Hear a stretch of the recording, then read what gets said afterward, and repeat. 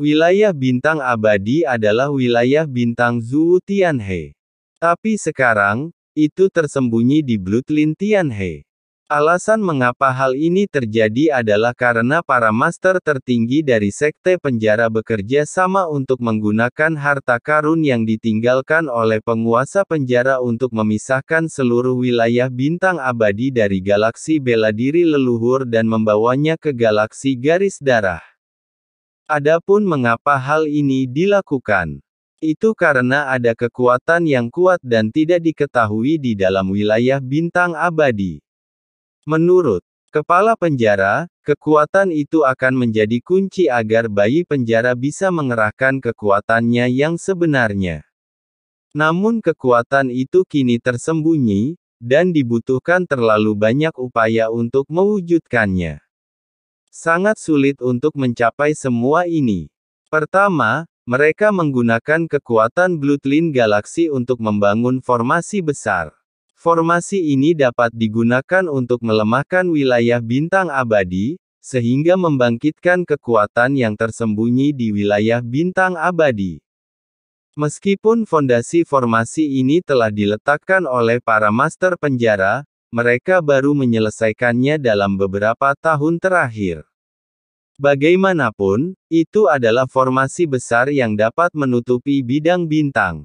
Meskipun wilayah bintang abadi tidak terlalu besar, itu tetap merupakan wilayah bintang. Terlebih lagi, menutupi bidang bintang ini saja tidak cukup, ia juga harus mampu menyerap kekuatan galaksi garis darah dan kemudian berintegrasi ke dalam bidang bintang abadi. Tetapi meskipun formasi telah selesai, karena terlalu jauh dari Zhou Tianhe, formasi ini tidak dapat melemahkan wilayah bintang abadi. Untungnya, penguasa penjara sudah memiliki rencana dan meninggalkan harta karun yang dapat merebut wilayah bintang abadi. Inilah alasan mengapa Sekte Penjara kemudian memindahkan wilayah bintang abadi dari Zhou Tianhe ke Bloodline Tianhe. Ini untuk memindahkan wilayah bintang abadi ke formasi temper yang terletak di galaksi garis darah. Formasi tempering memiliki efek tersembunyi, sehingga Immortal Starfield selalu tersembunyi. Tapi selama temper selesai sampai batas tertentu, Immortal Star Territory akan memasuki postur baru, dan akan menelan kekuatan Bloodline Galaksi. Pada saat ini, formasi tersembunyi akan gagal dan Immortal Starfield akan muncul. Kemunculan tiba-tiba suatu bidang bintang pasti akan menarik perhatian semua kekuatan, belum lagi bidang bintang ini juga mengandung rahasia yang tersembunyi, kekuatan aneh, kekuatan yang bisa menelan garis keturunan Tianhe. Pada saat itu, seluruh Bloodline Galaksi akan terpengaruh, dan banyak dunia di Bloodline Galaksi akan kehilangan vitalitasnya. Jika ini terjadi, banyak orang secara alami akan menghentikannya, jadi mereka harus melindungi wilayah bintang abadi. Hingga kekuatan yang tersembunyi di alam bintang abadi benar-benar muncul dan dapat digunakan oleh mereka. Tapi sekarang, orang dewasa terkuat di Sekte Penjara sedang berlatih dalam pengasingan untuk menghadapi perubahan masa depan di dunia seni bela diri yang luas. Agar berhasil menerobos, mereka melakukan tindakan putus asa dan tidak dapat diganggu saat ini. Agar tidak diganggu, bahkan Jimo Qianzu, komandan penjara, tidak tahu kemana orang dewasa itu mundur. Saat ini, adalah saat di mana Sekte Penjara berada pada titik terlemahnya. Saat ini, ada perubahan di wilayah bintang abadi, yang jelas bukan hal yang baik. Tapi biasanya, wilayah bintang abadi tidak akan berubah saat ini. Menurut kesimpulan mereka sebelumnya, wilayah bintang abadi tidak akan berubah paling cepat 10.000 tahun, atau bahkan lebih lama. Karena itu, Jimo Qianzu dan Baili Zilin terkejut sekaligus bahagia, namun kebanyakan dari mereka tidak mempercayainya. Perubahan apa yang kamu bicarakan? Jimo Qianzu bertanya. Melapor kepada tuanku, kecepatan di mana wilayah bintang abadi melahap kekuatan garis keturunan Tianhe telah mulai meningkat. Ini telah melampaui tingkat temper yang dapat diberikan oleh formasi temper. Kecepatan melahap ini masih meningkat. Bawahan menebak bahwa itu adalah kekuatan abadi di wilayah bintang yang terbangun lebih awal. Kata Jenderal Penjara, apakah kamu yakin? Jika hal semacam ini salah dinilai, itu akan menjadi kejahatan serius. Pak, saya tidak akan pernah berani menebak-nebak hal semacam ini. Saya baru memastikannya setelah mengamatinya beberapa saat. Tuan, kita harus mempersiapkan tindakan pencegahan terlebih dahulu, karena kecepatan melahap masih meningkat, dan tidak akan lama lagi formasi tersembunyi tidak dapat lagi mendukungnya. Pada saat itu, wilayah bintang abadi akan muncul di mata dunia. Tetapi itu bukanlah hal yang paling penting adalah jika terus berkembang, orang akan merasakan kekuatan dari galaksi garis darah ditelan. Pada saat itu, semua pihak akan terpengaruh. Pasukan mungkin tidak akan berdiam diri dan mengawasi masalah ini. Arti dari Jenderal Penjara ini jelas. Wilayah bintang abadi akan menelan kekuatan garis darah Tianhe di hadapan semua orang. Meskipun hal ini tidak akan merugikan dunia, hal ini akan menghancurkan rumah yang diandalkan oleh penduduk berdarah Tianhe untuk bertahan hidup. Belum lagi Bloodline Tianhe, dia sudah sama terampilnya dengan awan. Tuan Tianhe lainnya tidak akan berdiam diri. Bagaimanapun, ini terkait dengan masa depan Tianhe. Sekte penjara mereka harus bersiap menghadapi perang. Tapi kenapa dia harus membicarakan hal semacam ini? Belum lagi Jimo Qianzu, bahkan Baili Zilin pun tahu betapa kuatnya itu. Saat ini, Jimo Qianzu memandang Baili Zilin. Tapi sebelum dia bisa berbicara, Baili Zilin berkata, saya akan pergi juga. Oke, jika apa yang dikatakan Jenderal Penjara ini benar, maka kekhawatiran sebelumnya bisa dihilangkan. Karena bukan Baili Zilin yang ingin diungkap, tapi seluruh sekte penjara akan terungkap. Setelah Chu Feng pergi, dia menemukan Wang Qiang. Mereka berhasil memperoleh rumput roh kondensasi dan kembali ke kuil Tao milik Ouyang Kongyu. Chu Feng memberi tahu Ouyang Kongyu apa yang terjadi, dan Ouyang Kongyu awalnya tidak berniat mempedulikannya. Namun, setelah bujukan Chu Feng, dia tetap memberikan wajah kepada Chu Feng untuk menjaga keluarga Tianming di kuil Tao. Adapun masyarakat di desa lain, mudah ditangani, cukup cari tempat yang aman dan letakkan di sana. Bagaimanapun, saya tidak bisa kembali ke rumah saya sebelumnya. Belum lagi pegunungan itu, dunia yang tidak bisa kembali lagi. Chu Feng tidak perlu menangani masalah ini, jadi Wang Qiang mengurusnya atas nama Chu Feng. Namun, saat Chu Feng pergi, Ouyang Kongyu telah mempersiapkan segalanya. Sekarang yang hilang hanyalah ketiga rumput roh kondensasi ini. Masukkan rumput roh kental ke dalam panci, dan Ouyang Kongyu mulai memasaknya.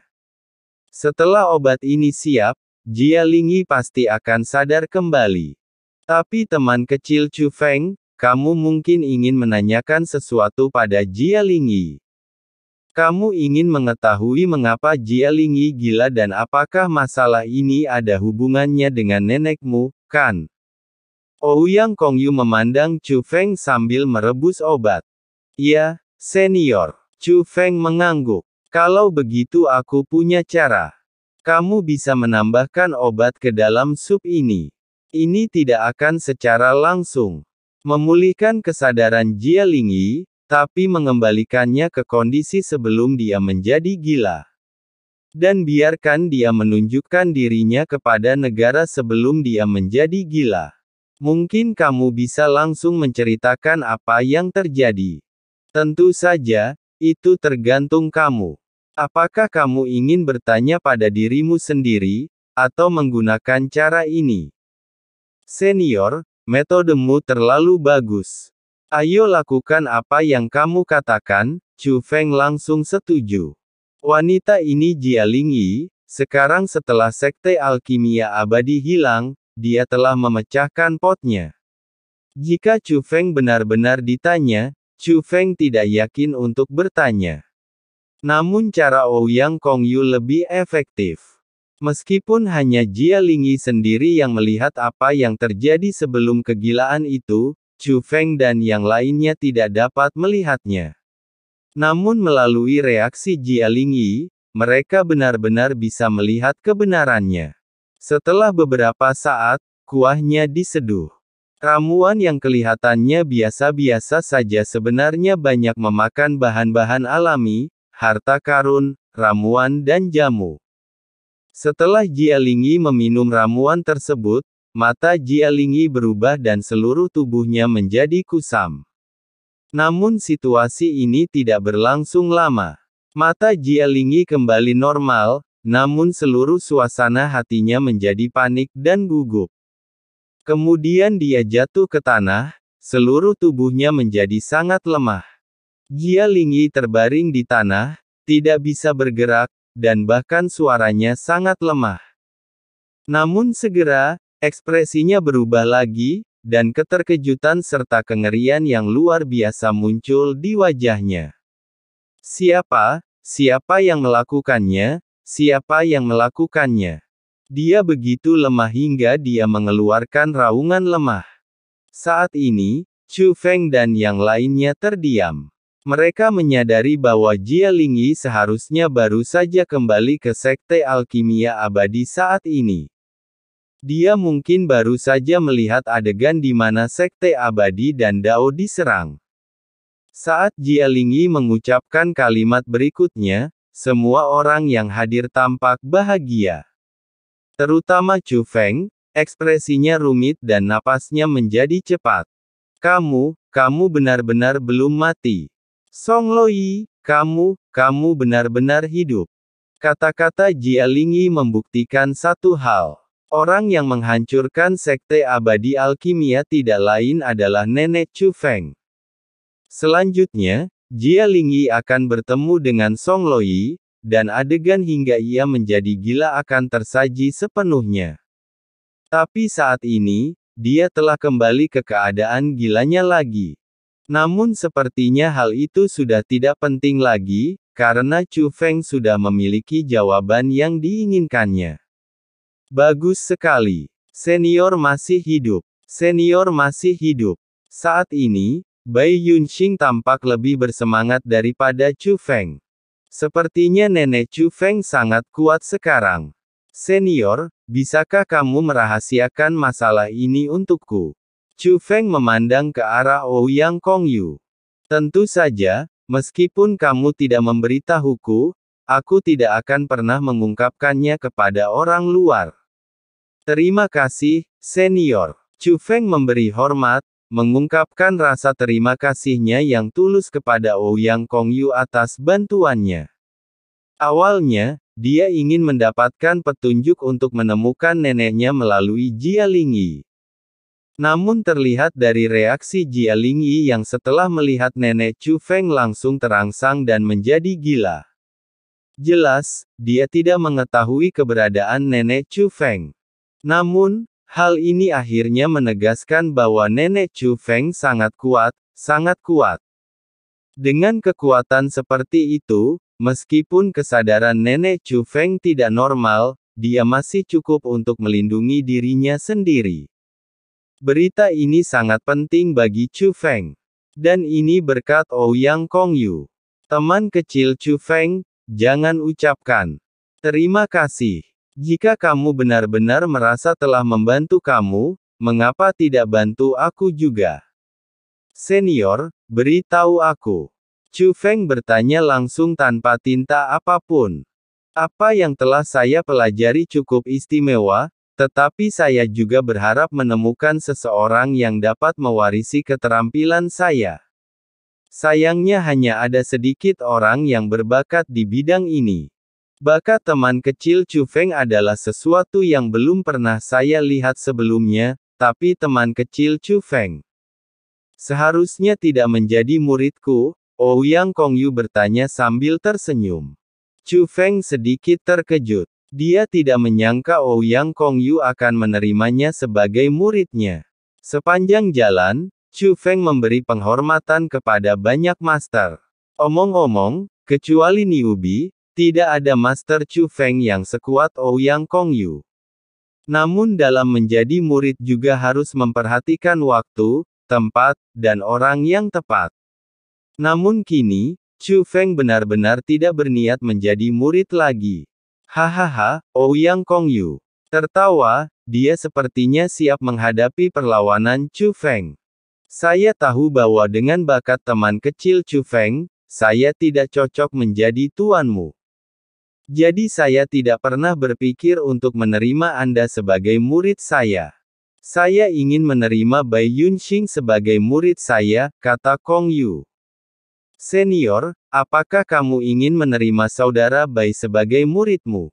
Setelah mendengar ini, rasa malu Chu Feng segera berubah menjadi kejutan. Chu Feng mengetahui pengalaman Bai Yunxing dengan sangat baik. Terutama majikan sebelumnya, Taisi Xingzong, sangat penuh kebencian.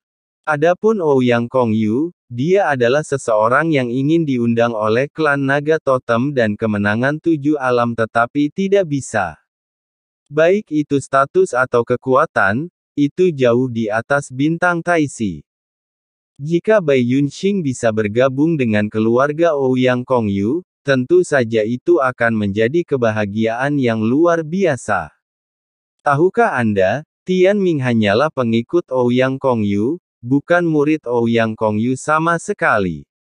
Jika Bai Yunxing setuju, dia akan menjadi satu-satunya murid Ouyang Kongyu yang bisa mendapatkan warisan sejati Ouyang Kongyu.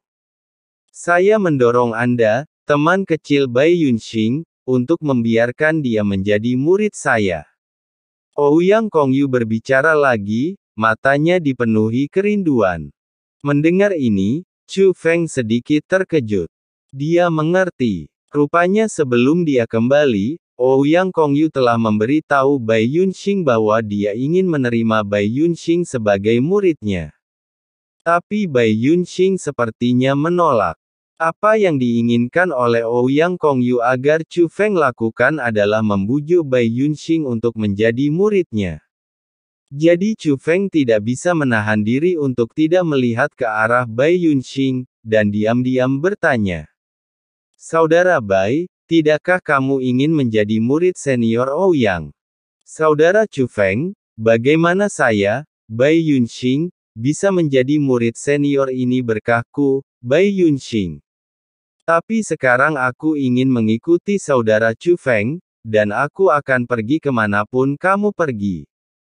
Bai Yunxing juga mengungkapkan pikirannya secara diam-diam. Saudaraku, aku mengerti maksudmu. Kamu ingin berbagi suka dan duka denganku. Tetapi berbagi suka dan duka tidak harus seperti ini. Metode senior Ouyang adalah satu-satunya di dunia. Jialing Yi, yang tidak berdaya bagi kami, Anda harus mengandalkan metode senior Ouyang untuk mendapatkan kembali kesadaran. Jika Anda mempelajari metode ini, itu akan sangat berguna di masa depan. Suatu hari, kita mungkin membutuhkan metode seperti itu misalnya, jika saya terluka parah, metode biasa akan digunakan. Jika tidak ada gunanya, mungkin Anda bisa menyelamatkan saya. Kata Chu Feng diam-diam. Bai Yunxing awalnya merasa sangat tidak setia baginya untuk tidak mengikuti Chu Feng ketika Chu Feng dalam bahaya. Melihat apa yang dikatakan Chu Feng, dia juga merasa itu masuk akal, lagi pula dia juga ingin membantu Chu Feng. Jadi Bai Yunxing berlutut di depan Ouyang Kongyu sambil berkata, Senior, junior ini tidak tahu bagaimana memuji saya sebelumnya. Tolong jangan pedulikan saya dan beri junior ini kesempatan lagi. Senior, saudara Bai dan saya memiliki hubungan yang sangat baik. Dia merasa bahwa saya dalam bahaya sekarang dan ingin bekerja dengan saya, jadi dia menolak Anda sebelumnya, tetapi dia juga tahu bahwa menjadi murid Anda adalah sebuah berkah. Chu Feng juga berbicara dan menjelaskan kepada Bai Yunxing alasan penolakan sebelumnya. Ouyang Kongyu tersenyum, lalu menatap Bai Yunxing, kamu memanggilku senior, kupikir aku akan ditolak lagi. Untungnya, setelah mengatakan ini, dia melangkah maju sambil tersenyum. Dia secara pribadi membantu Bai Yunxing berdiri, tetapi mulai sekarang, jangan panggil saya senior lagi. Tuan Bai Yunxing segera berkata. Ouyang Kongyu juga memiliki senyuman langka di wajahnya. Dia selalu ingin merekrut murid tertutup, tetapi sulit menemukan seseorang yang dapat memenuhi persyaratannya. Bertemu Bai Yunxing hari ini juga merupakan kegembiraan yang tak terduga baginya.